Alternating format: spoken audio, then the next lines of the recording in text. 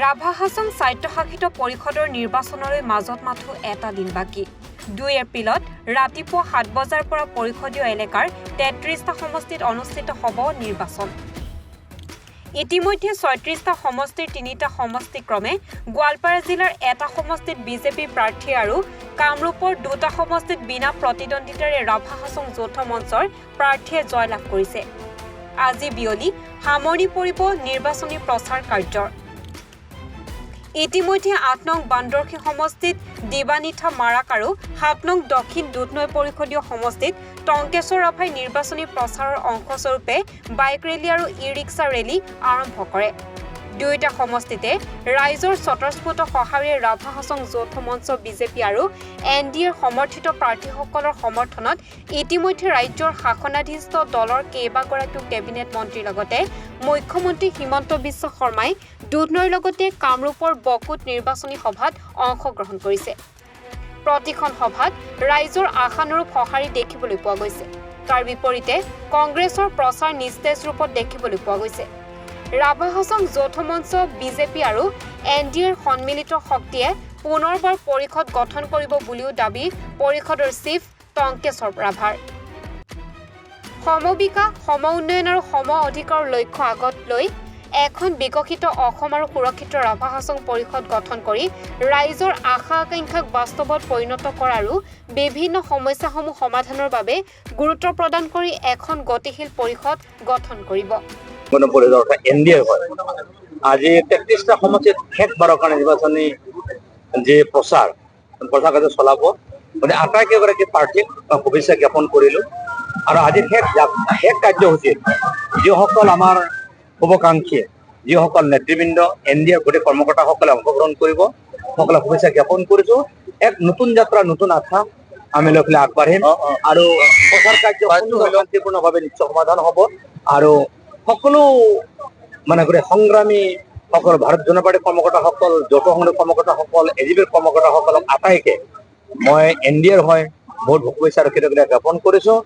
Voter ৰাইজক মই শুভেচ্ছা আৰু কৃতজ্ঞতা জ্ঞাপন কৰিছোঁ। আমি আশা প্ৰকাশ কৰিম এটা সুন্দৰ পৰিৱেশৰ মাজত এখন নতুন ৰাভা হাছং, যিখন ৰাভা হাছঙত খিলঞ্জীয়া মানুহৰ সুৰক্ষা থাকিব, ভাৰতীয় মানুহৰ সুৰক্ষা থাকিব আৰু আটাইসকল মানুহে এটা সুন্দৰ একেলগে বসবাস কৰা অৱস্থান কৰাৰ এটা পৰিৱেশ এই ঘোষণা হৈছে। আৰু তাৰ কাৰণে আজি লাষ্ট কেইটা দিনত অসমৰ মাননীয় মুখ্যমন্ত্ৰী হিমন্ত বিশ্ব শৰ্মা ডাঙৰীয়া, যিসকলে সৰ্বানন্দ সোণোৱাল ডাঙৰীয়া, কেইবাগৰাকী জ্যেষ্ঠ মন্ত্ৰী, দলৰ কেইবাগৰাকী জ্যেষ্ঠ বিষয়ববীয়া ইয়াত প্ৰচাৰ কাৰ্য চলালে। গতিকে সকলোকে মই ধন্যবাদ আৰু কৃতজ্ঞতা জ্ঞাপন কৰিছোঁ।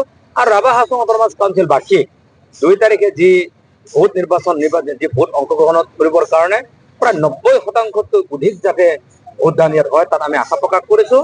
আৰু যিমানে ভোটদানৰ সংখ্যাটো বাঢ়িব সিমানে গণতন্ত্ৰ শক্তিশালী হয় আৰু যিমানে ভোটদানৰ সংখ্যা বাঢ়িব সিমানে মানুহৰ গণতান্ত্ৰিকভাৱে অধিকাৰ সাব্যস্ত কৰিবৰ কাৰণে সহজ হয়। গতিকে মই শুভেচ্ছা জ্ঞাপন কৰিছোঁ। আৰু আমি NDA যে 33খন আসন আমি খেলিছোঁ 3খনটো আমি জিকিছোৱে।